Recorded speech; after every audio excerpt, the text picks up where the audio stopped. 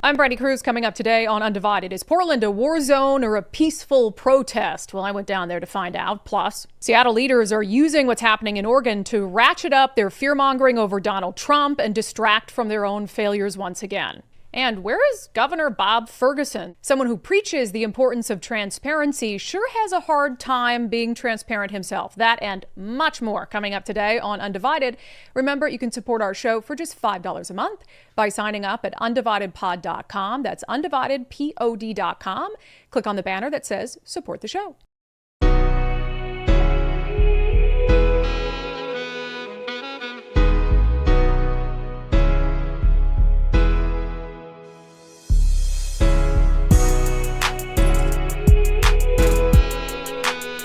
Hello, friends, and welcome to Undivided. Thank you for being here. Thank you so much for your commitment to giving common sense a comeback. I am fresh off a trip to Portland, wild 2 days there. And I know what you're thinking, Brandi. We told you you shouldn't be in the middle of Antifa riots anymore. It's far too dangerous. But there was so much gaslighting happening over the weekend on what's going on in Portland and the truth of what's happening on the ground outside an ICE facility there after like 100+ days of unrest, that I was like, you know me, I cannot pass up an opportunity to try to call out elected leaders for their absolute utter BS.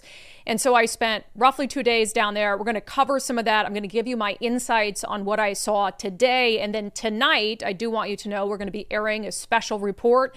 It is called 48 Hours in Portland, very aptly named, where I'll take you on the ground inside what's happening there at the ICE facility and also what's happening in downtown Portland, which is a relevant part of the story when we're talking about whether Portland is truly safe, clean, calm and peaceful, as the governor of Oregon would have you believe. So tune in for that tonight, 48 Hours in Portland. It will post this evening across all of our platforms, 10 p.m. Pacific time. All right, so to set this up, I think it's important to understand sort of what kicked this off. Now, you guys know, because we've talked about it on the show, that there have been ongoing protests outside an ICE facility about 2 miles outside of downtown Portland. We've played for you repeatedly over the last 100 days a lot of the interactions that Antifa types have had with people like our friend, independent journalist Katie Davis-Court, who's been attacked, stalked, harassed by Antifa while she's down there trying to report on what's happening. You'll also know that there have been around 25 arrests at last check made by the federal government that have resulted in federal charges against demonstrators. So this has been going on for a long time, and it has been serious. And it, I think was thrust into the national spotlight because of what President Donald Trump said on Saturday. He, of course, took to social media. And look, he did what Donald Trump does. He was very, in my humble opinion, a tad bit hyperbolic, but stressing that he saw what was happening in Portland. He was going to do something about it. He said at the request of Secretary of Homeland Security, Kristi Noem, I'm directing Secretary of War Pete Hegseth to provide all necessary troops to protect war-ravaged Portland and any of our ICE facilities under siege from attack by Antifa and other domestic terrorists. I am also authorizing full force if necessary. Thank you for your attention to this matter. So I saw that post from President Donald Trump, and I was like, holy smokes, it is on in Portland. And the war-ravaged part of it didn't really stand out to me as being necessarily problematic, because remember, one of the reasons I was able to come around to Donald Trump is I stopped taking everything he said literally. So I'm like, he doesn't really literally think that Portland is a war zone. I don't believe. But based on what's been happening there for 100 days, said there is a possibility, and Pete Hegseth, the Secretary of War, that they might need troops on the ground there. And so he said he's authorized it. My understanding is that there is right now an active ongoing effort to deploy a couple hundred National Guard troops to the ground there. So he pushes that out, and the left lost their ever-loving minds over it. And this is what really got me, because I talk about the blatant lies from politicians a lot, especially on the West Coast. But this was a whole new level of trying to pull the wool over the eyes of Americans. So Oregon Governor Tina Kotek responded, immediately and basically said, Oregon's safe and calm, nothing to see here. We'll update everyone when we know more. And then she posted this. In my conversations directly with President Trump and Secretary Noem, I have been abundantly clear that Portland and the state of Oregon believe in the rule of law and can manage our own local public safety needs. There is no insurrection. Okay. Portland and the state of Oregon believe in the rule of law and can manage our own local public safety needs. I want to play for you. I know I skipped over it, Nicole, but we'll go back to it. A little bit of the raw video that I got on the ground that you're going to see in our special report tonight as a way to sort of set you up for my response to the governor of Oregon.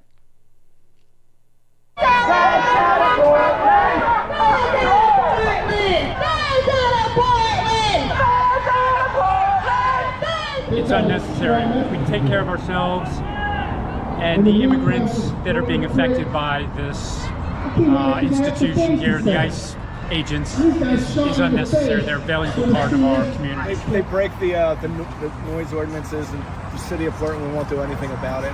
So my girlfriend, she's a beautiful woman that's in a wheelchair. There's a bunch of other women that are here that they're just afraid to come out. They will not come out without me. So they all text me like when they're gonna come outside, because they're afraid of what these people are gonna do to them. Federal Protective Service. The facility is closed. Stay out of the area. The driveway is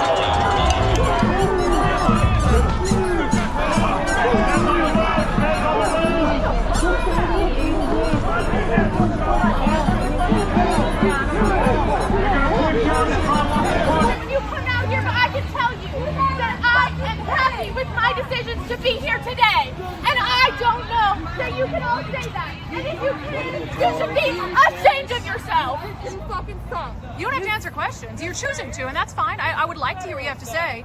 But I don't think you would, honestly, because you are not out here in good faith. Threaten, intimidate. You are not. I'm not threatening you. I mean, you're being I am not hostile. threatening you. How am I being hostile? By raising my voice at you? Is that not freedom of speech? I'm talking about the lights How in our about this? eyes. How about this? No, my hands are up. I'm talking about the lights in our eyes. Oh no, you got some light in your eyes, motherfucker.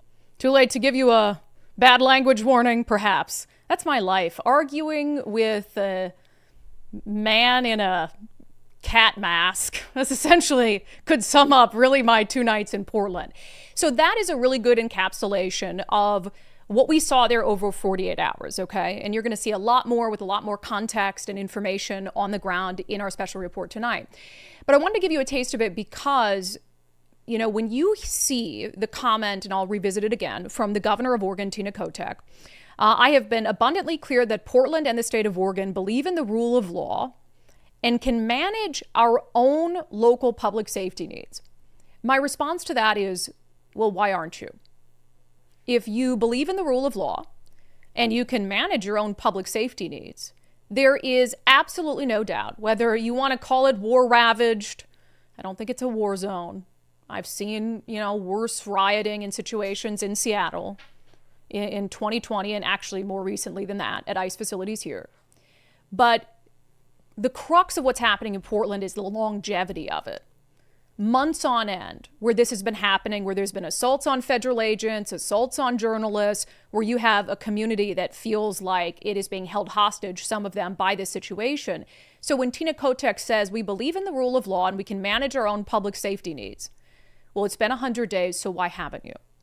The presence of Portland police, not federal agents, Portland police in this zone was almost non-existent. We would see, as we were down there, a couple Portland police officers here and there, monitoring things. They would occasionally, if there was a police report that needed to be made, for instance, Katie Davis Court had to file a police report for harassment and attempted theft. They would come in, they would deal with specific issues. But the only time I saw that Portland police make any sort of effort to clear the streets there outside the ICE facility was, if you're watching this video right now, they brought in a few bicycle officers and they gave up after a minute. 1 minute, 2 days. That's the only effort I saw from the Portland Police Department to try to restore order to that area. So it's important to understand that The only confrontations happening outside that ICE facility right now between federal agents and the protesters/rioters are when federal agents are trying to get in and out of the building. That's it. They have the whole place boarded up, but the protesters are blocking, and it's hard because some of them are just protesting, but the rioters block the sally port. And so federal agents, every freaking time they need to get a vehicle in or out, they have to don riot gear and go out there, and then there's a confrontation. So if Portland police had done their job, and I think they probably want to, but their chief of police is a coward who teaches DEI courses, so that gives you an idea. And the mayor of Portland, clearly cowards. If they didn't want federal intervention with their citizens who are out there in the street, they would take it upon themselves at some point in the last 100 days to make sure that people aren't blocking the entrance and exit to the ICE building so business can continue as usual. People can keep protesting. So when she says, again, we believe in the rule of law, clearly not, and we can manage our own local public safety needs, clearly not, because you have shown incapable of doing that. So what is the federal government to do? It seems that the option that you're giving the Trump administration and the Department of Homeland Security is either continue to clash night after night after night, month after month with this domestic terror faction, or do nothing, and your building will be rendered useless. And I think that's what the city of Portland wants. Remember, they're already trying to take away the permit for that building because they don't like what's happening there, immigration efforts, immigration enforcement. So to me, in everything I saw and everything I've heard, the city of Portland, if it wanted to manage, and the chief of Portland police came out and said, this is being over-exaggerated, it's a one-block area in a massive city. To which my response when I saw that was, if it's a one-block area, chief, why can't you get it under control? So there's no doubt in my mind that some sort of federal intervention is needed to put an end to what's happening there, because the city of Portland is either incapable of or unwilling to do it, because doing nothing is not an option. The status quo of nightly confrontations between federal agents and Antifa factions is not tenable. And I believe the city of Portland wants this to be able to make some sort of political point to distract from some of the larger issues they're dealing with. You know, one of the biggest gaslighting things that I saw that made me like, middle of the night, I got to go down to Portland. So Sunday, they were planning a rally, right? They were going to do a march. The governor, the mayor of Portland, the governor of Oregon, Democratic leaders, they were going to do a march through downtown Portland. And they'd already been putting out all this stuff like, nothing to see here, folks. United States Senator Ron Wyden had put a video out noon on Sunday outside the ICE facility when really no one's there. And it's boarded up, and he said, I don't see a war zone here. Totally disingenuous, because if he had taken the same video later on that night, it would have looked kind of like a war zone. And the media was just eating it up like, oh, Trump's exaggerating this. So they do this march, and Tina Kotek on X, I'm sure her team, posted this. Today I was in downtown Portland walking peacefully with Oregonians to say that we don't need military intervention here. We are peaceful, we are united, we are Oregon. And you'll notice in these images, if you're watching, not listening today, don't you find it odd how tightly cropped those images are? Don't you find it odd that they're in this march that, yes, hundreds of people attended, but those images of her marching through downtown Portland are so tightly cropped. And anyone with a brain can look at the background and know exactly why. There's two big problems here. The ICE facility isn't in downtown Portland. It is 2 miles away.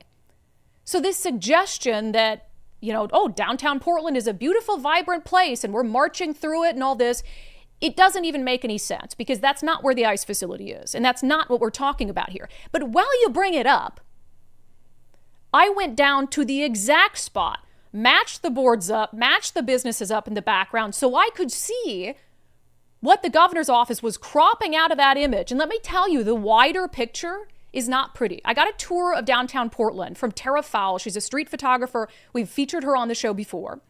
and she documents the city's horrible homeless and drug crisis. What I saw while I was out there with her in downtown Portland almost brought me to tears. In some of the same areas that the governor marched through, Portland is safe and clean and vibrant. I've been covering Seattle's worsening homeless crisis for 15 years. What I saw in Portland was unfathomable. The route that she took for this march, where she wants to try to signal to the nation that Portland's doing just fine, there are more boarded up storefronts than storefronts without boards on them. There are people suffering in filth and squalor. The smell of human feces and urine is so potent, I gagged. Far worse than Seattle. And I think Seattle is bad. But Seattle's homeless crisis situation, drug crisis, if you want to avoid it, you can. It's on a few city blocks that are really bad. You can't avoid it in Portland.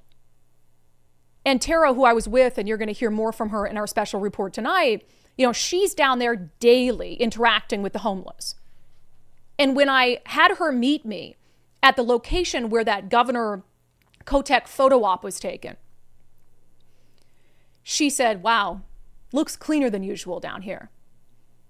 And she said she has no proof, but she really believes that in order to do this march and say Portland's doing just fine, we don't need any help here, that they went in and what did they do? Swept away all the homeless and the drug users, tried to clean up the human feces. But even so, it still looked horrible. It is a ghost town. That's not an exaggeration. We didn't just go to one bad corner here and there. We walked around for an hour and a half. So she wants to act. And again, I know that these are two separate issues, the ICE facility and what's happening in downtown Portland. But the governor, she wants to combine them all in one. We don't need any help from the federal government here. We've got the ICE facility situation under control. They don't. And Portland is beautiful and vibrant. It's not.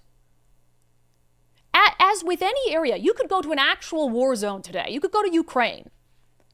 And you could find a place to take a picture that looks beautiful and pristine and clean. It doesn't make it any less of a war zone.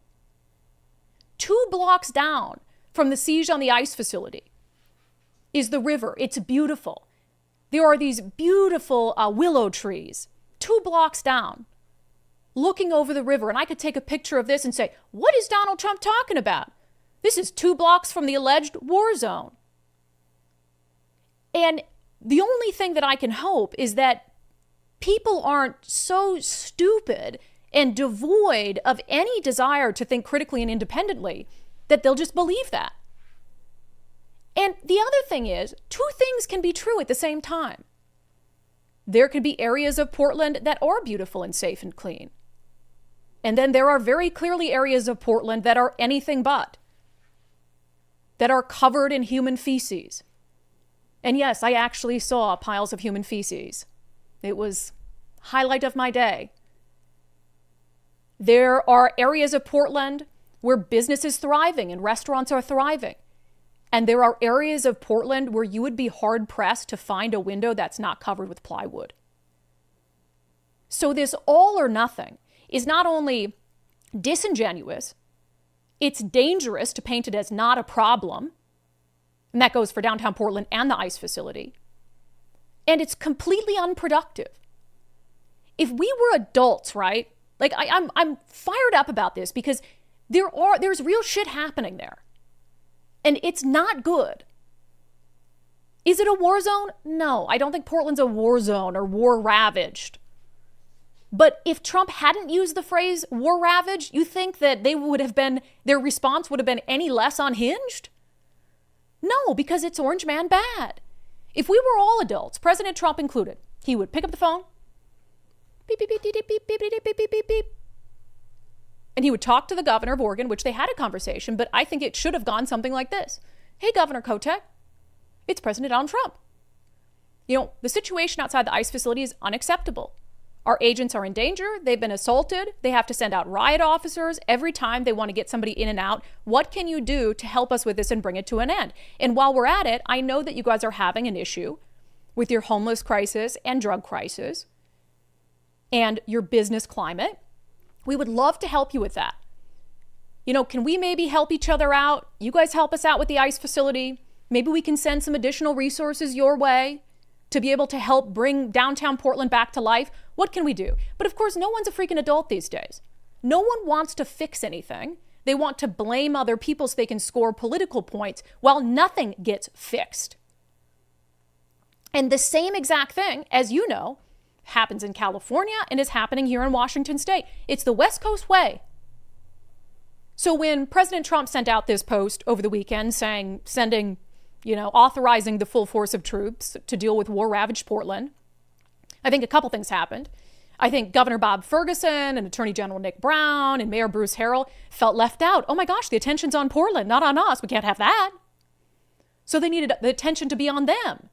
And of course, any opportunity to try to distract from their own failures and throw red meat at their base, especially for Bruce Harrell before an election, they're going to take advantage of. So they had a press conference. This is from Seattle Mayor Bruce Harrell. They had a press conference yesterday while I was down in Portland. Trump's actions in Portland are distinctly un-American, and we must speak up against this egregious abuse of power. We stand united with the Attorney General and other city leaders with a clear message to President Trump: stay out of Seattle. Here is him kind of reiterating that to the president.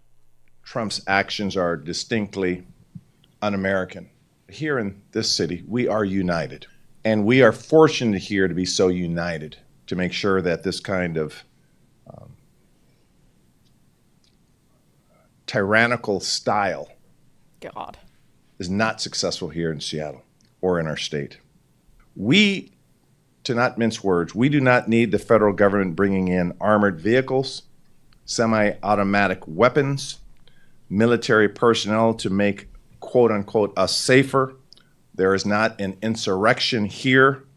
His strategy, I'm referring to President Trump, his strategy only serves to escalate tensions and continue to breed mistrust.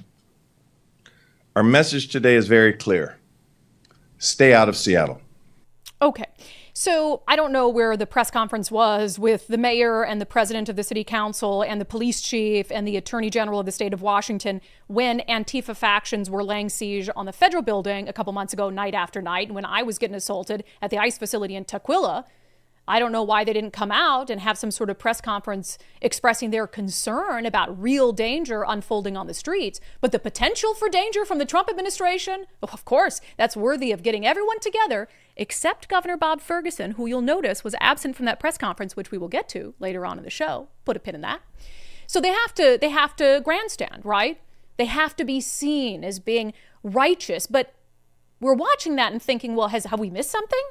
Right now, President Trump has said that he's focused on Portland. So did he suggest something, or did he have a conversation with the mayor that we're not aware of that suggests he's sending troops here? A reporter asked the mayor that. I have not received direct communications on this issue that they're coming here, but I have read many statements in the newspaper about his son calling Seattle and Portland in the same breath a crap hole. They've made direct references to Seattle in different news accounts, but I have not received direct communication from them on their plans. That's all it takes to get a big old press conference together is the president's son, in some news quotes, called Seattle and Portland crap holes. And so now we're going to get up and we're going to fearmonger and scare residents into believing that we're on the cusp of a military takeover in the city of Seattle by the Trump administration. And in there he says, oh, we're going to, they're just worsening things. They're making things worse. They're aggravating people. Right after they had that press conference suggesting without any cause that Trump might send people here. What do you think freaking happened?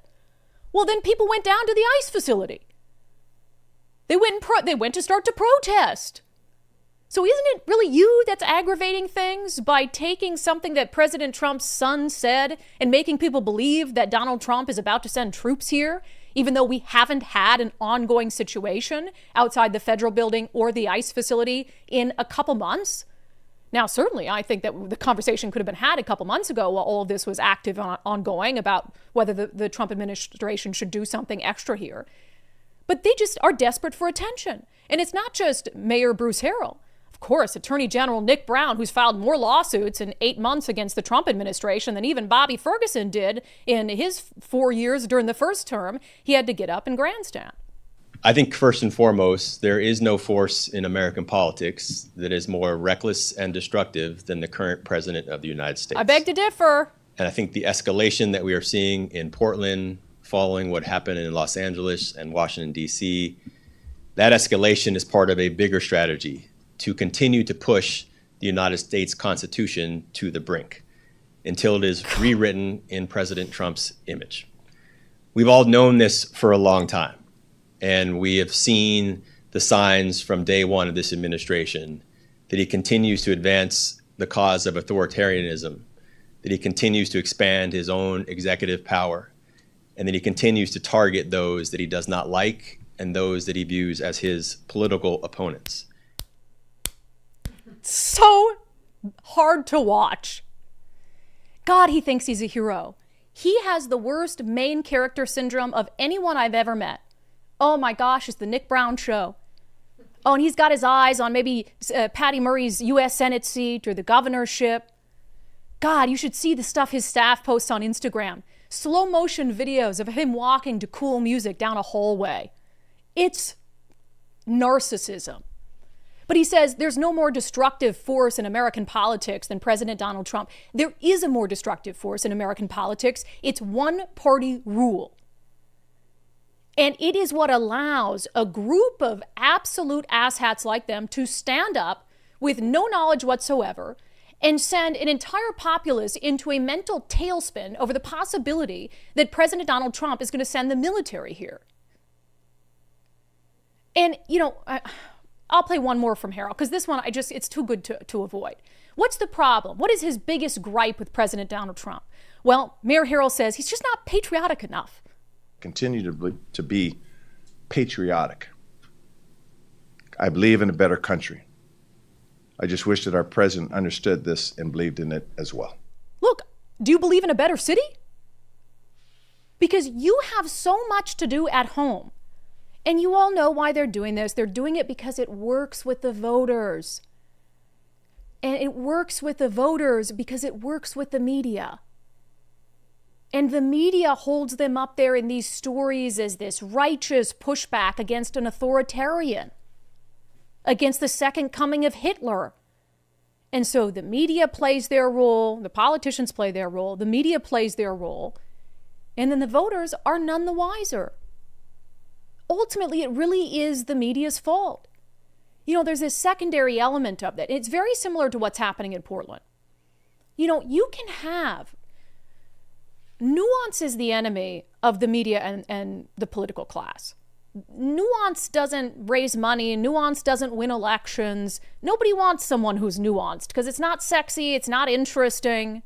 They want you in one camp or the other. But I'm sorry, reality is nuanced. It would be perfectly fine for Portland's mayor to say, hey, yeah, this ICE facility thing's out of control. We got to do a better job of making sure that that area of the city, it's only a block, is safe. And so we're going to do that so that we don't have the federal government come here. And yes, we have a lot of issues in downtown Portland, and we need to do better in that regard. But there's no role for the federal government to act in some sort of law enforcement capacity downtown. Because you guys know, I believe that too. I do not want the federal government, specifically troops, be they National Guard or active duty military, being used in a law enforcement capacity in American cities without cooperation and coordination with those cities and leadership. D.C. was different because there's different laws that govern that in D.C. where the president can usurp the police force there.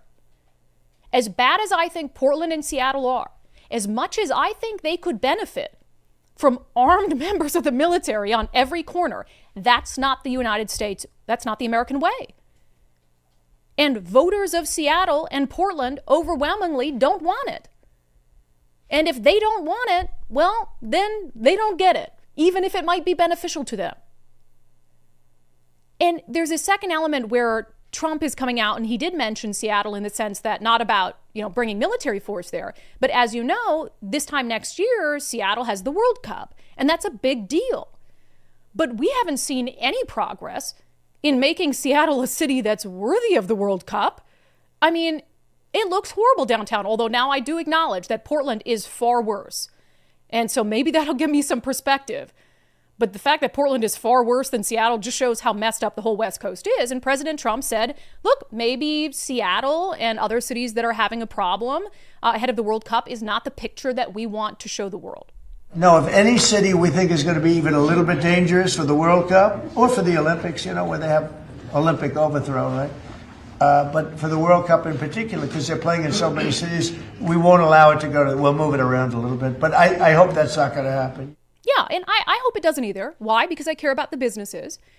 Seattle is the economic engine of the state. We're talking billions of dollars in potential revenue at a time when our state and our businesses, big and small, desperately need it. They have tomorrow starting $9 to $12 billion in new taxes and fees. I don't want to take the World Cup away from them. But the response to what the president said there, which has a lot of merit, right? We don't want people coming from around the world and getting stabbed by some crackhead on 3rd and Pine. Congresswoman Pramila Jayapal, more gaslighting. This is absolutely ridiculous. Seattle is a beautiful city and will be a fantastic host for the World Cup. Seattle was a beautiful city. Its bones are beautiful. The nature is beautiful. The things that you as politicians haven't destroyed yet, like the very existence of the mountains and the oceans, which hopefully you never get enough power to be able to destroy those too, or I'm sure you would. Although our oceans are filled with like fentanyl runoff, so maybe you did ruin those a little bit. But that's just disingenuous. She could have said, look, because she's the congresswoman that represents the Seattle area. Hey, we're working hard to try to improve the city and make sure it is a safe and welcoming place and fix some of the issues ahead of the World Cup, but we don't need the president's help, and we look forward to hosting the World Cup.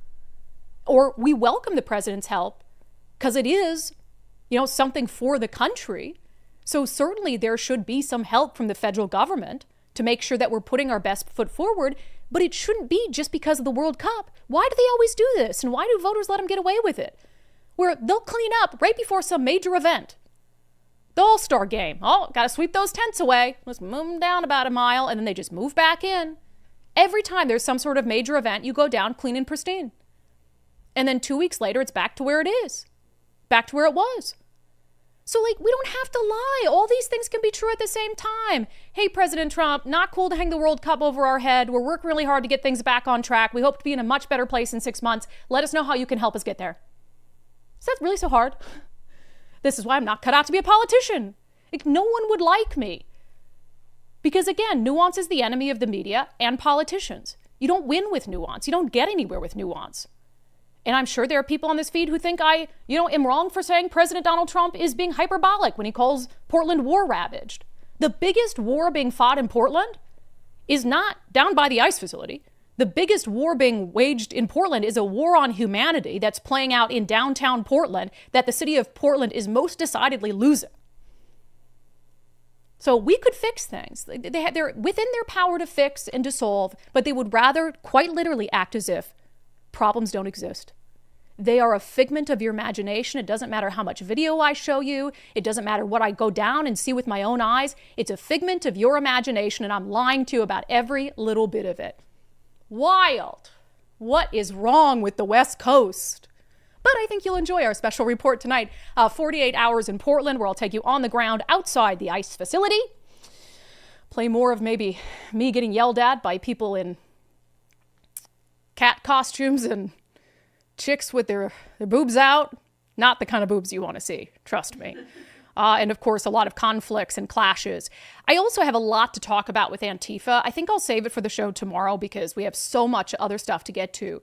But I really think even before President Trump deploys National Guard troops, I think he has very effectively neutered Antifa in Portland. So I'll save that for tomorrow. There's a lot that I saw that suggests to me that Antifa is very worried about the terror designation and isn't maybe doing what they were doing even a couple weeks ago or a month ago. So again, 48 hours in Portland will be out across all platforms tonight, 10 p.m. Pacific time. There's a lot of cursing, so you know what? We're pushing that one late.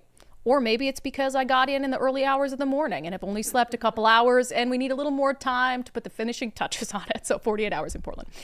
All right, coming up next, I mentioned Bob Ferguson because he's not going to miss that press conference, right? Bob Ferguson miss a press conference where they're bashing Donald Trump? He's not going to miss it, so why wasn't he there? Very good question indeed. We'll discuss. First, our friend Zach Abraham at Bulwark Capital is having another one of his free live webinars. It's coming up in 1 day, 2 days, 3 days, October 2nd, 3:30 p.m. Pacific time. So it's this Thursday. You can still register, totally free. And this is going to be a back to basics live webinar. So there's a lot happening globally, trade deals, uncertainty around AI. If you're just like, oh my God, I need to get back to basics. I need to understand what's going on with my retirement portfolio. This is the live webinar for you. It's going to be a frank discussion on the basic fundamentals of value investing, a perspective on the outlook for the remainder of 2025, plus a full reveal of how Bulwark is always looking for opportunities to lower risk, lower cost, and give your retirement as much upside as possible. So you can hear directly from Zach Abraham, ask him questions, get answers as he shares insights in this free Back to Basics webinar. October 2nd, 3:30 p.m. Pacific. Register now for free. KnowYourRiskPodcast.com. KnowYourRiskPodcast.com. Where in the world is Bob Ferguson? I actually don't know if I can answer that question. This segment is brought to you in partnership with our friends at Future 42. Turn your frustration into action at future42.org. Get involved. It's not enough just to watch this show, although that is a good way to be involved. But there are tons of opportunities to get out there in your community and really make a difference. So sign up for their newsletter, future42.org. So Bob Ferguson, when he came into office, you'll recall that he preached transparency. Oh, we're going to get back to being transparent. He even hired... Didn't he get Jesse? He hired Jesse Jones, like the infamous consumer watchdog reporter in Seattle. Famous. I wouldn't even say infamous. People were scared of him, though, because he would actually go in there, ask the hard questions, get to the bottom of things. There's not a lot of that reporting happening anymore on TV in Seattle. But he was great at it. And he was getting towards the end of his career. And so Bob Ferguson snatched him up and said he was going to put him in charge of Results Washington, which is the web page that's supposed to sort of track, what the outcomes are for your money that you're giving to the state government in record numbers. So I was like, okay, great. Maybe he'll be more transparent than he was as Attorney General. The issue of transparency is very important to me. You'll know that I fight for it no matter who it is, on the records issues and all of that. But Bob Ferguson just seems to be nowhere to be found. This is from the Center Square. Where in the world is Governor Ferguson? On vacation, and then a conference, and then at meetings. They write, on Friday, Center Square received multiple messages from various sources showing a screenshot of an Office of the Governor alert.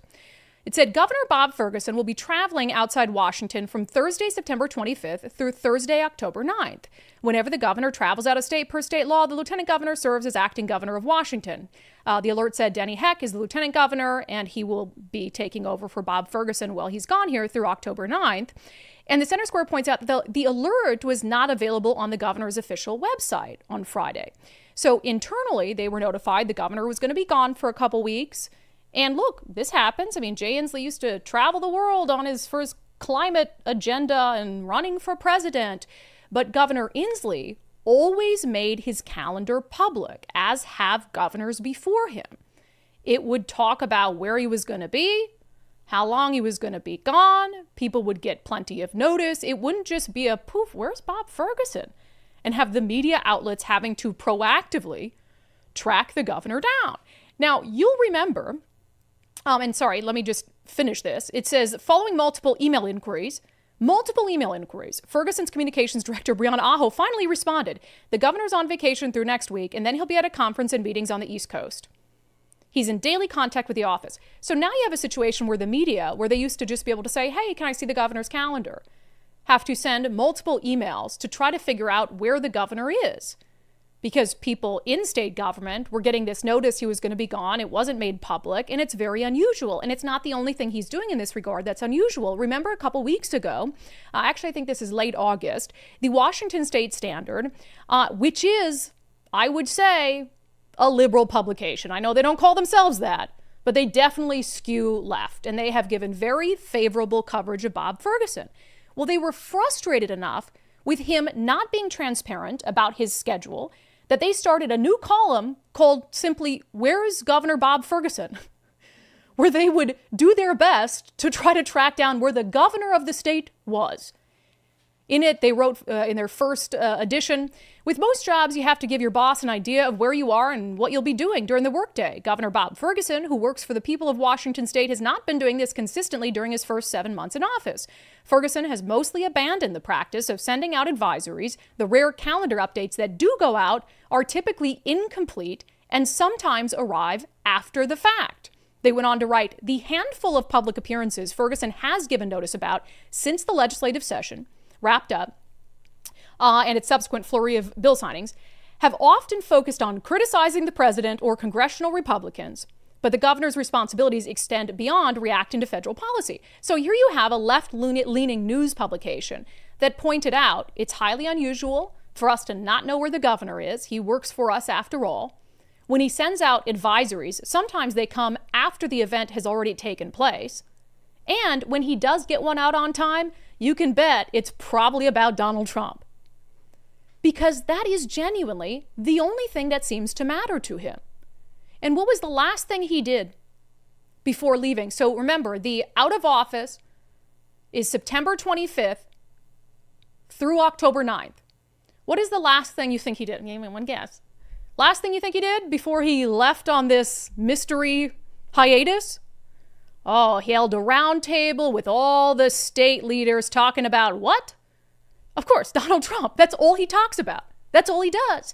He says this week, and I don't even think this was on September 25th. I think he was gone by then. It was a couple days earlier. I gathered all 9 statewide elected officials. We're working together to protect Washingtonians from the Trump administration and continue to move our state forward. At our meeting, we discussed ongoing litigation efforts from AG Nick Brown, a new report showing the devastation of Trump's tariffs for Washington state families, protecting Washingtonians' data from overreach by the federal government. All of your statewide elected officials are working very hard to be extremely coordinated in dealing with what's coming at us from Washington, D.C. Well, they might be working extremely hard, but after he posted this, he's out of the state, somewhere on the East Coast in meetings. What do you want to bet he's having meetings about President Donald Trump? And look, you want to throw in a couple things about Trump here and there, fine. But it seems to be the singular focus of every Democrat in any position of power at the state level and the local level. It's an obsession. And until you have some semblance, and that's why I gave the Washington State Standard credit, at least they called him out not only on hiding his whereabouts, but on obsessively focusing on federal policy when he's the governor of a state and when there's so many pressing issues the state is dealing with. I knew Bob Ferguson was going to be more of kind of the same for Washington. I mean, obviously we've had a Democrat in the governor's office for 40 years. We had 12 years of Jay Inslee, and Bob Ferguson was just sort of the heir apparent that Democrats pushed in. But I'll give it to Jay Inslee. He was at least transparent. He didn't use executive privilege to hide public records like so many other Democrats in Olympia do, which I gave him credit for. If you wanted his calendar, you could get it. I remember when I was a news reporter still and I was covering his presidential campaign. To their credit, they made sure that as soon as I wanted it, I had a full calendar of when he would be campaigning, when he would be in the state, and we could track him and see what he was doing and report on it to the public, which was our job. But Bob Ferguson, for some reason, either is so emboldened because, in this state he can keep that job as long as he wants, that he doesn't feel the need to, or he's trying to hide what he's doing for some sort of reason. So is it nefarious, or is it just that he's so drunk on power he doesn't believe he's accountable to you anymore? Either one's not particularly good. All right, that segment was brought to you in partnership with our friends at Future 42. Turn your frustration into action at future42.org. Make sure you sign up for their newsletter to be alerted to opportunities to do just that. And we are going to keep rolling in our segment Unbelievable in just a moment. First, this really is one of the best times of the year to sell your home. There's this post-Labor Day boost that lasts usually through October.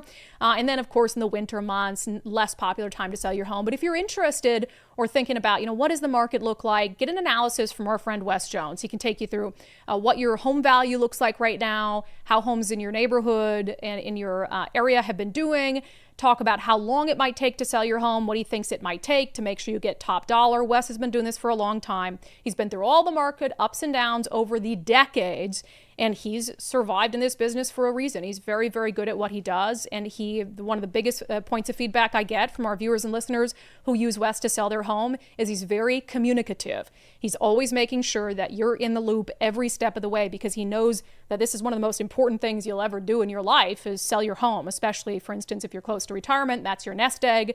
So reach out to our friend Wes Jones, sellwithwes.com, sellwithwes.com. It really just is a better way to sell your home. All right. I've been very critical of old Bob and Nick Brown today. So maybe I'll start my unbelievable segment with a compliment for our beloved Attorney General. Short-lived compliment. Short-lived. So while I was gone over the weekend, a story we'd been tracking on the show last week has only gotten worse and worse and worse. And that is, of course, the attacks and the harassment of lawful signature gatherers who are out there right now in our communities trying to run two initiatives, one to ban boys from girls' sports and the other to restore parental rights so parents know what's happening with their kids at school. Neither of them is controversial. Neither of them is right-wing or bigoted or extreme. These are very reasonable initiatives. And so I had a couple stories on the Thursday show about like the left-wing activists are out in force, absolutely unhinged. And we're going to go through all of the instances, the major ones that we know about so far, some new ones that have popped up over the weekend. But Attorney General Nick Brown actually said something about this, which I have a theory about why, but I do want to give him credit. He posted on X, people have the right to advocate for their beliefs without fear of violence. What happened in Tacoma is unacceptable. We'll get to more of that in a moment. And we will do everything we can to assist local authorities in enforcing any violations of the law. We must do everything we can to protect the democratic process. That's great. It wasn't even couched in, I know these initiatives are hateful, however. And so that's wonderful. But you know why he did it? I just talked about it in the show a couple minutes ago. The media matters. It's why I'm so hard on the press. We've been railing about this for days. Nick Brown knew about this last week. He knew this was going on. Why did he wait to say something about it? King 5 News did a story. Right after King 5 News did a story, and credit to King 5. They did a story. They talked to Brian Haywood of Let's Go Washington. They talked about these instances and the just fear and harassment facing these signature gatherers. So when a left-leaning TV station that has a lot of progressive viewers does a story about it, all of a sudden it is safe for Nick Brown to come out and condemn something that should have been very easy to condemn the second that it was going on. Because it's not a surprise either. This was happening to signature gatherers, as you know, in 2023 as well. But it shows you that is the importance of the media and a healthy media ecosystem is, hey, we're holding people accountable and now we're making people aware of what's going on. And that forces the hand of politicians like Nick Brown. I don't think he would have put that statement out if not for King 5 News. So I want to tick through some things that happened over the weekend and some updates on some other instances because it's important that you guys know what's going on. So this, I was getting a flurry of messages about. It was a post from the Snohomish Police Department. And what day did this? Was it 2 days ago, I think? I can't remember the exact day that this came out. A couple days ago. So they posted on Facebook, the Snohomish Police Department is aware of the signature gatherers that are in front of one of our local stores. We have no legal authority to remove them at this time. Store management has been made aware of the legal process required to have them removed from the premises should they choose to do so. 911 calls are not necessary. We will take action if and when we are requested and can legally do so. Holy smokes, you guys. The lefties are so unhinged about these initiatives, they're calling 911. Can you imagine being so brainwashed and ideologically extreme that you see signature gatherers collecting signatures to like protect girls' sports or restore parental rights? And your reaction is to pick up your phone and dial 911. I saw that and I was just, I knew they were crazy, right? But it goes hand in hand with that. Words are violence. They actually think words are violence. And to them, someone there saying, hey, boys shouldn't compete against girls is an act of violence that they thought worthy of calling 911. Now, initially, when I saw that post, I was actually upset at the Snohomish Police Department because I thought that it was giving these crazies kind of too much credibility. And it almost sounded in the post, the way that it was worded, like they wanted the signature, they wanted to help the stores remove signature gatherers or something. So Nicole, of course, before we jumped on the police department, reached out, and I believe that they're a contract city, Snohomish Police Department or something, but she decided to reach out directly to the chief of police in Snohomish, which I'm glad she did because he actually wrote that post. And so here's what he told us, because we asked what prompted this post, and he said he actually wrote it.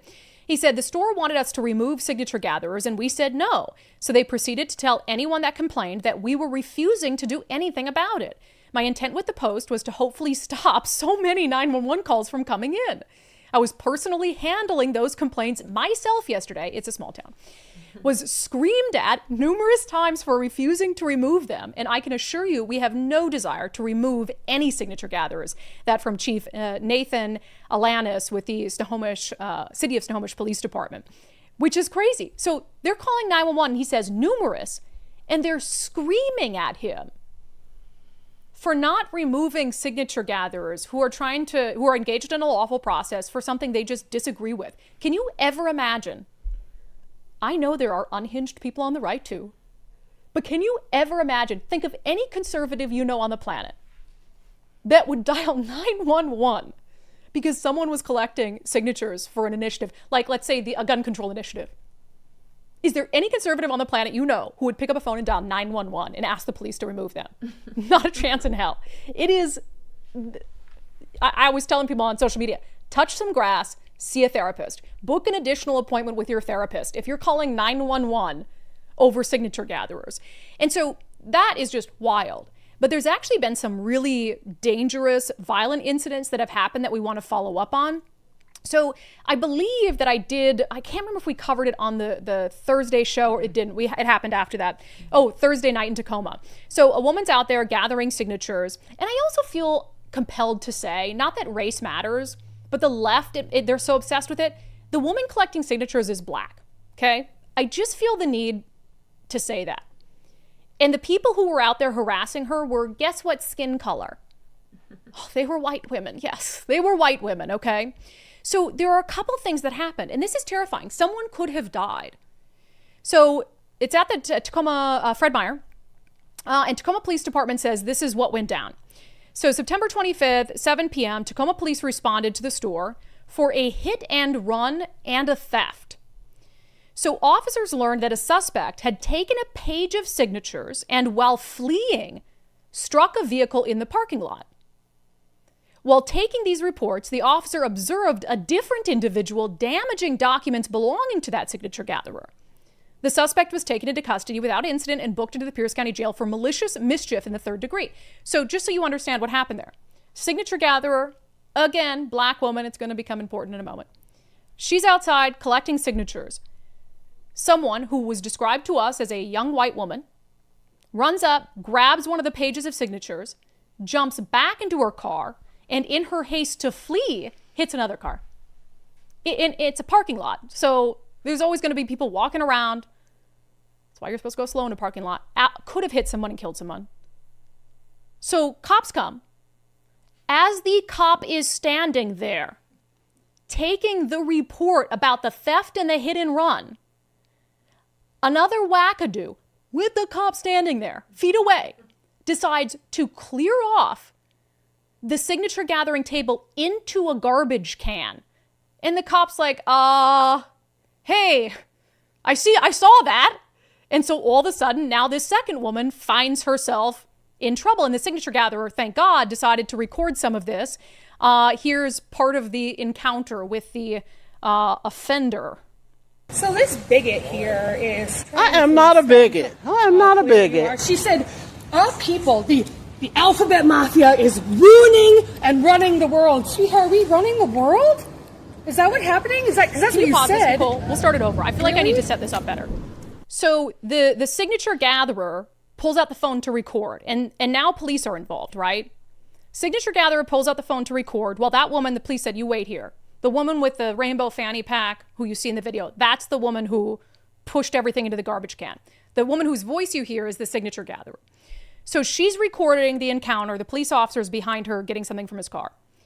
And then, of course, the woke white woman decides to pull out her phone and, oh no, I'm going to record you because you're a bigot. I'm not the one who did something wrong because you're a bigot. Okay, let's watch it again. So this bigot here is... I am not a bigot. I am not a bigot. She said... The white woman calls the black woman a bigot. The alphabet mafia is ruining and running the world. Sweetheart, are we running the world? Is that what's happening? Is that... Because that's what you said. Really? You think you are? You said we're running the world? If we were, this wouldn't be happening. Cruelty wouldn't be happening. What about the children who want to play sports, dude? What about the trans kids that just want to play sports? What about them?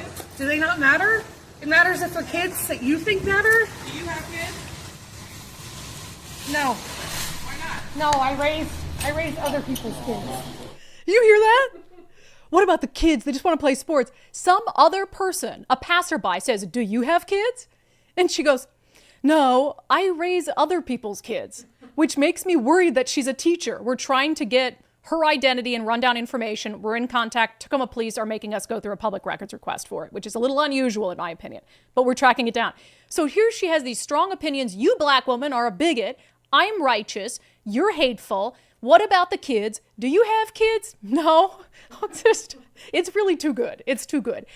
She goes on, and I posted on social media after this happened, hey, if you were waiting for your Instacart delivery from Tacoma Fred Meyer, you're probably not going to get it because this woman was in the Fred Meyer before this interaction, working, picking up Instacart deliveries.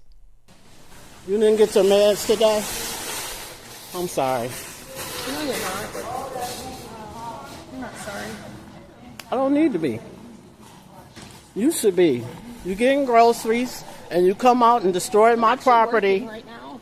So what you doing, Instacart? Same stuff I do. You got no respect. I do that. You don't have And look at you. I'm sorry that I touched your stuff. I genuinely thought that you were gone because I didn't see you coming in. I was going to throw that away. Come on, let's be truthful now. That is the honest to God. No, stand on your truth. Stand on your truth. I am speaking the truth. No, you're not. No, you're not. Over 5,000 followers, and I'm going to make you famous. Thank you. I appreciate it. That's what they need. Everybody knows me. 5,000 Good. followers, buddy. Good. That's good. This is too much. In Tacoma, we need to broadcast you guys because you're not right. Nobody said that you shouldn't play sports.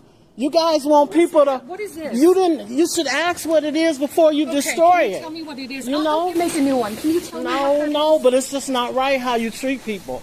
It's not. You want people to be open-minded to your community, but you're not ready to have a conversation about being open-minded? Come on now. That's not right. It's not right, lady. Well, whatever you are, respect to your gender. But you can't do people like this. I love that signature gatherer so much. And she's right. You guys want tolerance and all of this, but you're not being tolerant. Now, despite the efforts from this woman to apologize and offer to make her a new one, I don't know if it was a poster or something she destroyed, it was too late. The officer was having none of it, and he did place her under arrest. And see, that's karma. You never know who you messing with. How they rank in the spirit, see? Because we under spiritual warfare, there, lady. Right. No, he not joking. No. Love this cop. Here we go. Love this cop. You're under arrest. Are you kidding me? Where he go? He ain't. I wish he could take that. No, it's not. You're insane. You can't do things like that, ma'am. You're under arrest. See? Tell your people. They can't do that. You're going to jail. Yep, you're going to jail. The reason why you're under arrest is for destroying that person's property. Love this cop. When you go over here, I'll grab your stuff. Don't worry. No one's going to touch your phone. My jacket, please. No one is going to touch this. Okay? No. All right? Let's go this way. When FA meets Behave FO. now. Now look, I'm laughing because it's inarguably hilarious situation with what she looks like and just the whole back and forth conversation. The fanny pack. Yeah, the fanny pack. If I had to like draw in my mind and you told me this is what happened, that's who I would have drawn. That's exactly everything about it. Hair, fanny pack, everything. But I love this officer because he takes her back to the car and she's just losing it. I mean, she's in tears and he's like, I watched you do this. You did it even though I was standing right here. And it's such a good point. So she was sent to jail for malicious mischief in the 3rd degree. We are waiting to get more information on whether they have a suspect in the hit and run that brought police there in the first place. And of course, we're going to try to figure out if they have any connections to any sort of groups. But we do know that there's a pretty consistent theme here with these people who harass, intimidate, tear up the initiatives. And so much so that it's not something that's just happening naturally. It's not just that there's that many kind of cuckoo leftists who can't even see anyone who disagrees with them out in public. It's obviously organized. And we're seeing this happen in a couple ways, on social media and then in a more formal way. And it's important to understand that. So of course, there have been a ton of Reddit posts, a lot of them coming from people who at least claim to be educators, which is highly concerning to me. So for instance, this is some instructions being given on Reddit to what activists should do when they encounter one of these signature gatherers. And no doubt, they want them to go out and find these signature gatherers to do this. It says, ask the signature gatherer why he's obsessing about what's in children's underwear. Ask him why what bathroom a child uses is of such intense interest for him that he's out here bothering other people to join his predilection. Ask loudly so others can hear. Maybe someone can get a video and post it. Remember, if they have a right to harass others, then others have a right to harass them back. Except you believe that someone out there collecting signatures is harassment when it's not. But what you're doing is absolutely harassment. And they suggested telling the signature gatherers, you're the ones trying to cut their genitals off. Think of the other normal kids in the bathroom. Or those are quotes that they're saying that they'll say in response. Unfortunately, these somethings don't exactly shake in their boots when you ask them those questions. They obsess over justifying it, not that it's worth harassing them still. It says, oh, well, get them on video, justifying strip searching school children. So they're basically sending out directions on Reddit as to what you should do. But it's more nefarious than that. Some of the largest, most influential political entities in the state of Washington are not only encouraging this harassment, they're backing it financially. So there is a group called WA Families for Freedom. WA Families for Freedom. It's not what you think it is. So this is the Decline to Sign effort. And they're painting this as it's hateful and it's the antithesis of freedom to keep boys out of girls' sports. It says this initiative pushed by extremist political groups would invade the privacy of all students and prevent transgender students from playing sports with their friends.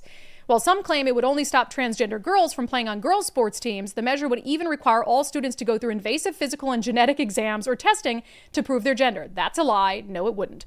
They go on to say discrimination that excludes one group is always wrong. We believe all students deserve dignity and privacy. The extremists pushing this initiative believe kids should be forced to undergo medical exams simply to play with friends.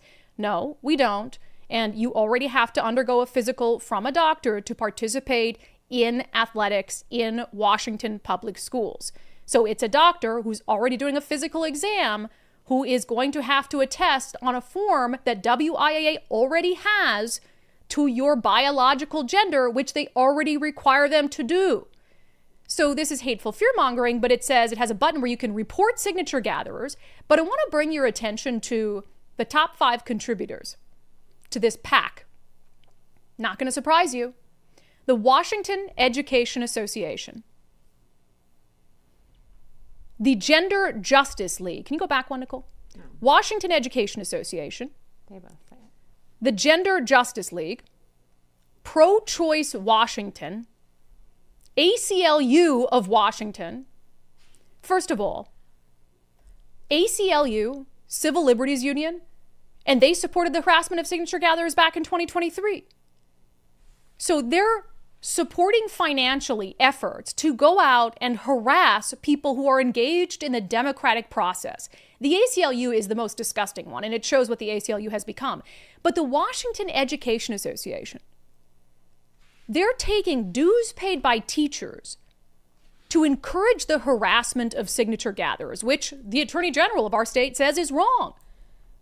Guess who the Washington Education Association supported financially in his bid for Attorney General, Nick Brown.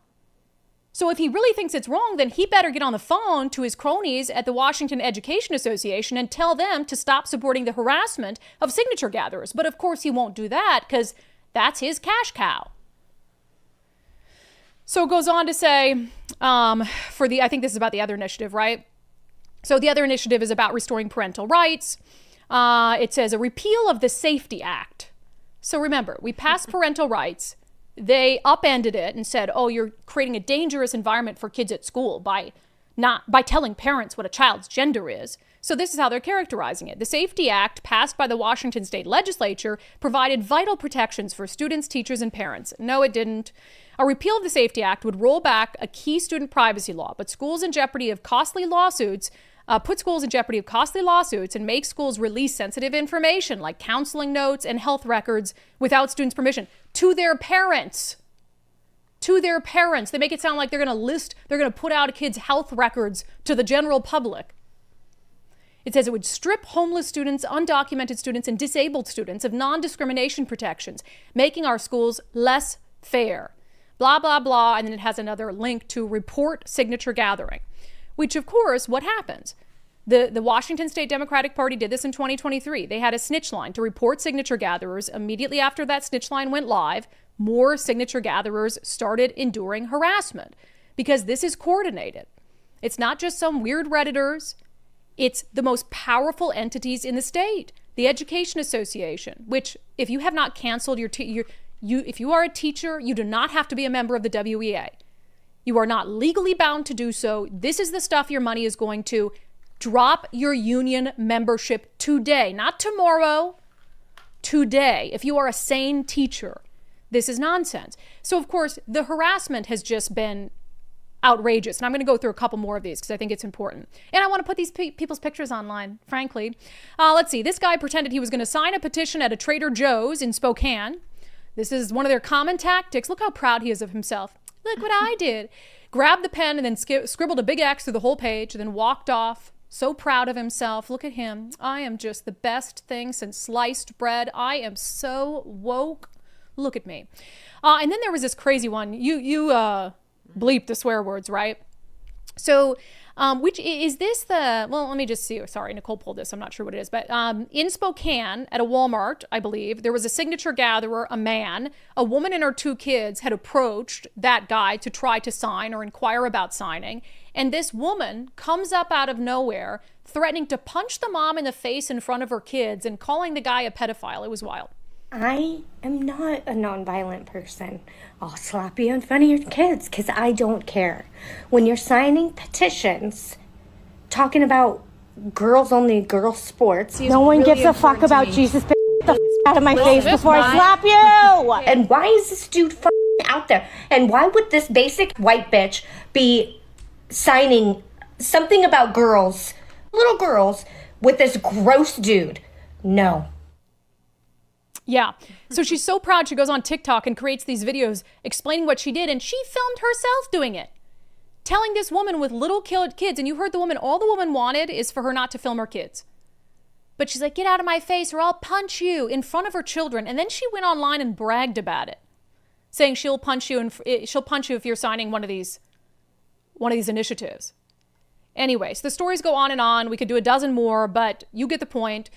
We are working on maybe some sort of event to try to get people together to show solidarity in going out and collecting these signatures, because I know it can obviously be a scary thing. And we are going to work to hold the organizations accountable who are pushing for the harassment of signature gatherers. And now we have allegedly the Attorney General on our side. So look at that. All right, we'll get to a little bit of national news coming up next. First, our friends at First Mark Insurance are the call you need to make if you and your family are looking to save a little bit of money. We all need insurance. And look, you can't cheap out on insurance. You have to have the right insurance, and you have to have the insurance that's going to cover your needs in the event the unthinkable or unimaginable happens. So First Mark Insurance, the way the First Mark Challenge works is this. You give them a call, you schedule time. It's about an hour.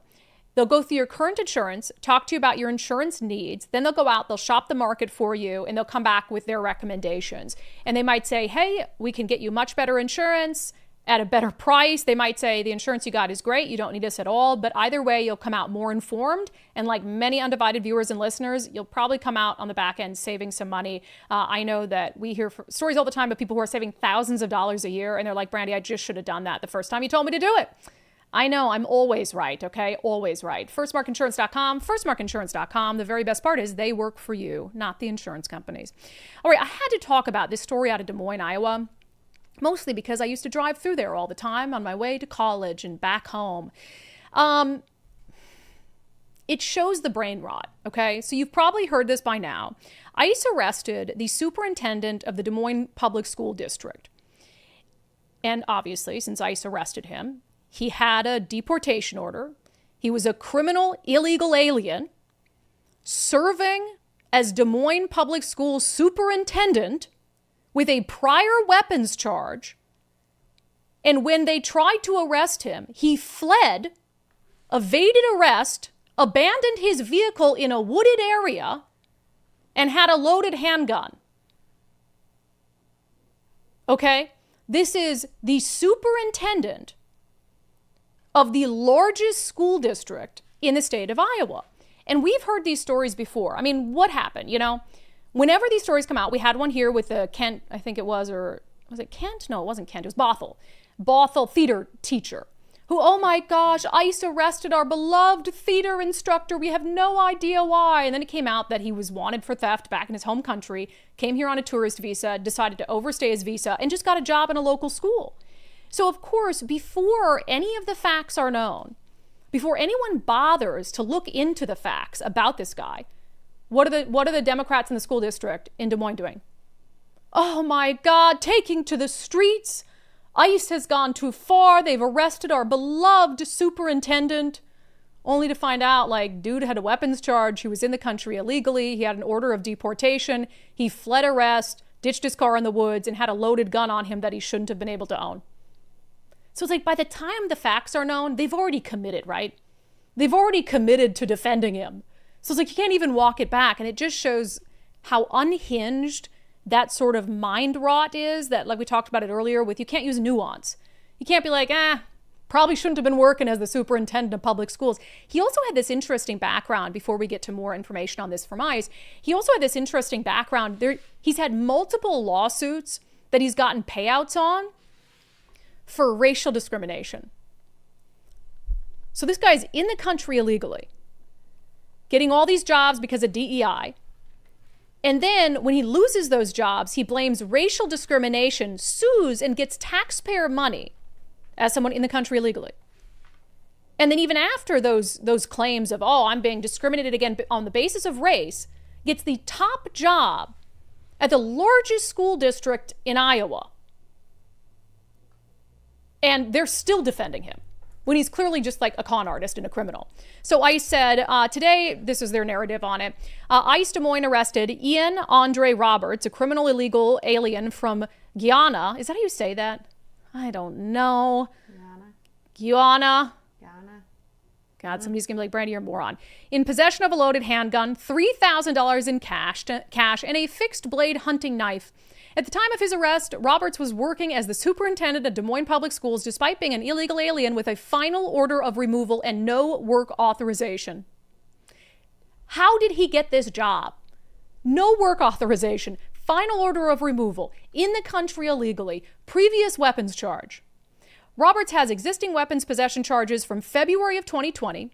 He entered the United States in 1999 on a student visa, was given a final order of removal by an immigration judge in May of 2024. Why is that significant? May of 2024.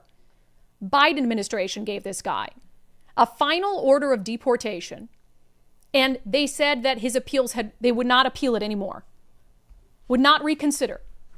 So not only were the Democrats angry about, oh my gosh, you arrested our poor, superintendent. So they're mad without knowing any of the facts. And then it turns out his deportation order was from Biden, not Trump. So, I mean, what are you going to be mad about now? Of course, they find reasons to be mad anyway. The head of the St. Paul field office for ICE said this should be a wake-up call for our communities to the great work that our officers are doing every day to remove public safety threats. How this illegal alien was hired without work authorization, a final order of removal, and a prior weapons charge is beyond comprehension and should alarm the parents of that school district. And don't get me wrong, there are absolutely Des Moines is, but Iowa is not a blue state. There are, there are a lot of parents who are concerned about it. But the initial reaction to be something must be wrong here, ICE must be wrong, is sort of just how things have been going. It's like the assumption automatically is ICE did something wrong. Not like, hey, we've had enough of these stories. We should probably wait for the facts to come in before we just assume that ICE arrested someone wrongfully. All right, we'll get to our daily show poll and some subscriber comments coming up next. First, a reminder to join me at the Engage conference. It's coming up really quickly, October 22nd and 23rd at Meydenbauer Center in Bellevue. I'll be talking with my friend Jonathan Cho about housing policy in the state of Washington. So I think it'll be really fun and engaging and interesting. And if you're just interested generally in housing policy, everything from homelessness to landlord-tenant laws, Engage is a great conference for you. It's put on by our friends at the Rental Housing Association of Washington, rhawa.org, rhawa.org. And if you are a small to mid-sized landlord in the state of Washington, make sure you sign up to become a member of RHA because they can help you navigate this really complex world of landlord-tenant laws that we are dealing with here. Okay, we'll get to comments coming up next. I want to talk about our daily subscriber show poll first with this caveat. So I'm going to put the exact same poll out tomorrow. Because what I want to do, I'm airing that special report tonight. I obviously shared with you guys on the show today what my experience was like down in Portland. And so I wanted to ask you before the show about your opinion and interpretation of everything that's happening in Portland and the president's alleged response. And then I want to, after you've seen everything and heard sort of my take on it, I want to see whether you change your mind on any of this stuff. All right. So in our daily subscriber show poll on Patreon, Locals, and X, I asked you guys, loading. Based on what you know right now, do you support President Donald Trump deploying National Guard soldiers to Portland to protect the ICE facility? Yes or no? Nicole, yes or no? I mean, to support the facility, yes. Okay. But National Guard. Well, to support the facility. Okay. Yes. Yes. And I was go ahead. No, yeah, I just think that that's the key part there. I mean, I guess if they're just going to continue to let those people sit out there, then they need some help. Yeah. And based on what I saw, I think it can be done with more federal agents just as effectively. Because the National Guard is like citizen soldiers. And I'm not saying they're not capable of doing the job. But the amount of sort of pushback that you get for that versus, hey, let's just bring in more DHS agents to kind of do what they've been doing night after night and just sort of clear the streets. I don't know that it matters so much whether it's National Guard or these DHS federal agents. And it actually they might have less to complain about if it's not National Guard. Let's see. So 95% of you are saying, yes, you would support it. Jay Lang, the fact that anyone thinks it's in the job description for federal officers to be harassed and assaulted is insane, to say nothing about the damage caused to buildings and vehicles. Yeah, I agree. Todd says, I agree with it. I do wish he would not put the bravado out about it. I would have been running security cameras so the people in other parts of the country could see the regular assaults. Most of the U.S. has no idea what's happening and think the rhetoric is too much. We need a detailed list of damage to the building, officers injured, etc. I would love to see members of Congress who are complaining to go into the facility and stay a night or two. They should tell no one they're there and experience what's happening. We also need more media from the local neighborhood and the impact of the riots. And I'll tell you, Portland media sucks. They have rarely been there over the last 100 days. And then I saw these insane articles going out about like, Portlanders at the apartment building across the street say they support the occupation. It took me 10 minutes to find one of the people living in that apartment building who didn't support it and wanted the feds to come in. Not to mention the woman who was all over the news and sued the city, who lived in that apartment complex, which is an affordable housing complex, sued the city because the city wouldn't do anything about it. So they put out this headline basically like, everyone supports it, everything is great. And it's like, oh my God. It's obviously intentionally dishonest, but what do you expect from the media? Let's see, D. Penrod. Our cities are being turned into dens of what is that word? I can't read it. Iniquity? drug abuse and homelessness. Democrats say they support the rights of all, but all they support is power and control. Send the troops to Portland and maybe even Seattle. Why can't I read today? I don't. Absolutely. If 3 Proud Boys showed up, the police would be in hysterics. They allow left-wing insanity because they have no choice. The inmates were on the asylum. Cindy says, enough is enough. Keep it legal, though. If it was anyone but Trump, I bet they'd take the help. Yeah, 100%. I think if it was anyone but Trump, I'm not sure there would be a protest. Yeah. No, because Biden deported more people in his 4 years than Trump has now in 5. People weren't protesting Biden. So it's all about politics.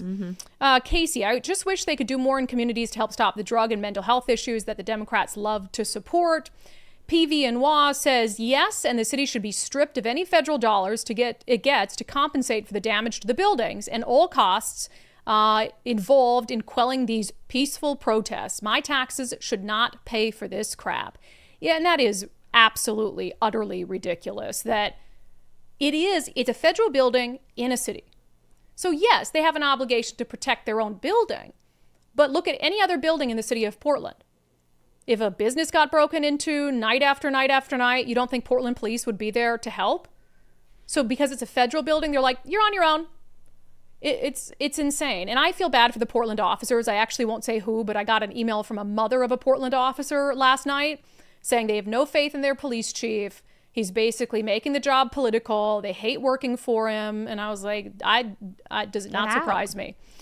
It's that bad. That's what they need is like this mass exodus of officers, or they need, go somewhere. Gotta leave. Offering people crazy money to go to other agencies. Yeah, I don't know why anyone stays and suffers. Okay, let's get to some comments from our live stream on our Portland coverage. Baron of Gray Matter. To America's multicultural democracy, constitutional republic, they cannot coexist. This is what they say. It's a threat to our democracy. Why deporting their citizens is destroying their democracy. Old Sub Sailor, $10 super chat. The reason nothing gets fixed is because they're making money laundering.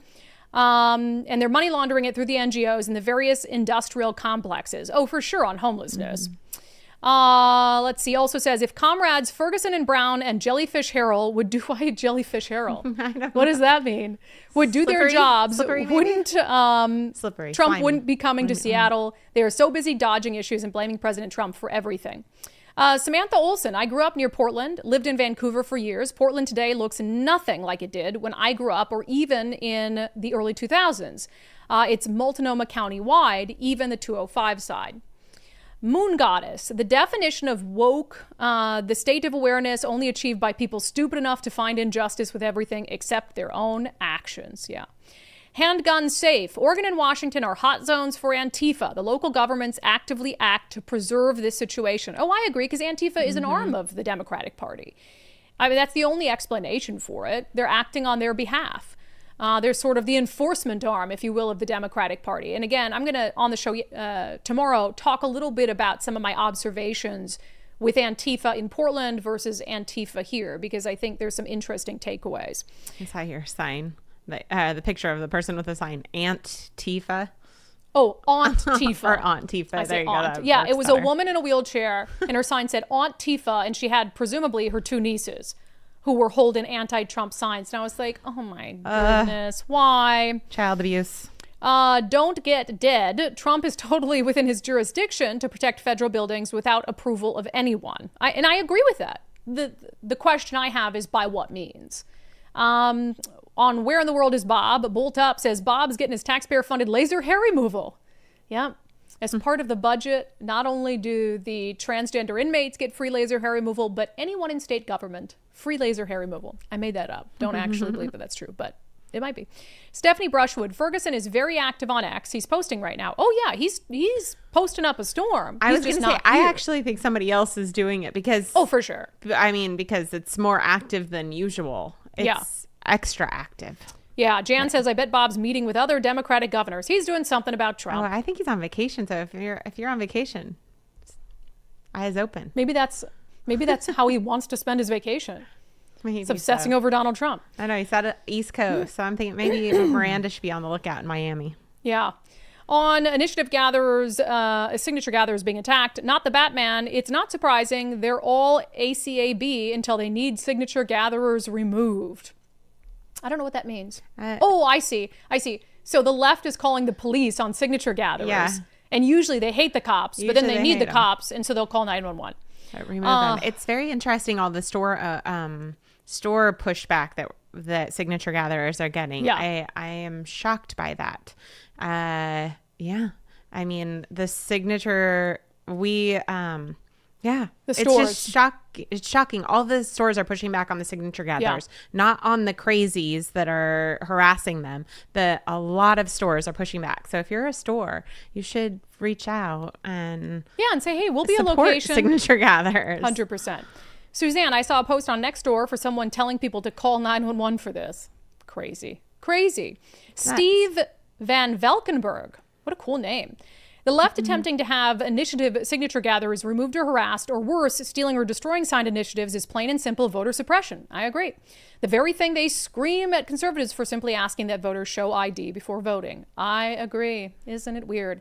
And Ron Dog gave a nice $5 super chat and just said, I love Undivided. Thank you. We love you too. We love you too. We're going to stay on this because I want to know that, now we have this tweet from Brown that he's going to pursue and making sure people are held accountable for the way that these signature gatherers are being treated. Yeah. And because I'm having a really hard time seeing any follow through right now. I've requested a lot of documents. I've requested a lot of police reports, and I'm having a really hard time, more difficult than typical to get police reports at this point, and that's very strange. Most departments will just give them to us. Like, you arrested someone, there's a police report, it's one page, just give it to us. So having to go through a PDR for those is unusual. We're also requesting the 911 calls.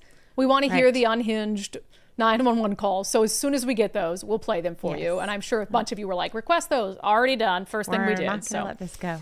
Not going to let it go. No, we'll have a lot of updates. All right, we'll get to our closing sanity check. Trump did talk about Seattle, but not what's happening in Seattle right now. First, we are now working with Valentine Roofing, our newest wonderful sponsor here on Undivided. If you need a new roof, or you're worried you might need a new roof, but you aren't exactly sure, give our friends at Valentine a call, 206 Roofing. So they'll do a couple things. So first, if you just know, my roof's on its last legs, it needs to be replaced. So don't wait until the heavy rain hits. They'll give you a free roof assessment. And of course, if they get there and they do think that your roof can be repaired, they'll give you that option. They won't just push you to get a new roof. If you do need a new roof, if it's leaking now, they'll come in, they'll do a free leak stop if necessary, make sure all the leaks are fixed so there's no further damage that happens, and then they'll replace your roof. So they also offer, by the way, this is important, zero down financing for most projects. It can be a big purchase for homeowners, so you can get the work done, pay over time, and they do more than just roofing. You need new siding, gutters, attic insulation, exterior cleaning. You can expect the same great service. So schedule your free estimate by calling 206 Roofing. Again, 206 Roofing. Please tell them you heard about them on Undivided. Valentine Roofing, 206 Roofing. With that, let's get to our closing sanity check. All right, so President Donald Trump spoke to military leaders this morning, and he had an odd recollection of the Summer of Love in 2020, of course, the Chaz Chop occupied protest zone. Here's what he said. Where they took over parts of Seattle. They actually took over a big percentage of Seattle. Not true. Think of that. You remember that. That was a while ago. And I sent in the troops and they were gone. As soon as I sent them in, when we send in the troops, if you have a real leader that says you got to do what you have to do, I put that out the other day. You got to do what you got to do. Not true. Okay. I was like, this is the thing, is I love that man. Certain, don't get too excited. He does either misremember or overstate quite a bit. Maybe somebody told him that's what happened. Like, hey, he didn't call in the troops. Unfortunately, CHOP lasted about a month before anybody did anything. And just for the record, since I've encouraged people not to engage in hyperbole, wasn't a large percentage of the city, but it was 6 city blocks, and it was quite a serious and dangerous situation. All right, that has been today's episode of Undivided. Thank you for being here. Remember, we'll have a special report coming up tonight, so stay tuned. That'll drop across all of our Undivided platforms for you to watch. Gosh, what else? We'll talk about Antifa tomorrow. If you haven't signed up to support the show, it's how we pay to go down to Portland and cover things and all that good stuff. So we appreciate the support of our paid subscribers. It's $5 a month. undividedpod.com, undividedpod.com. Click on the banner that says support the show. See you tomorrow.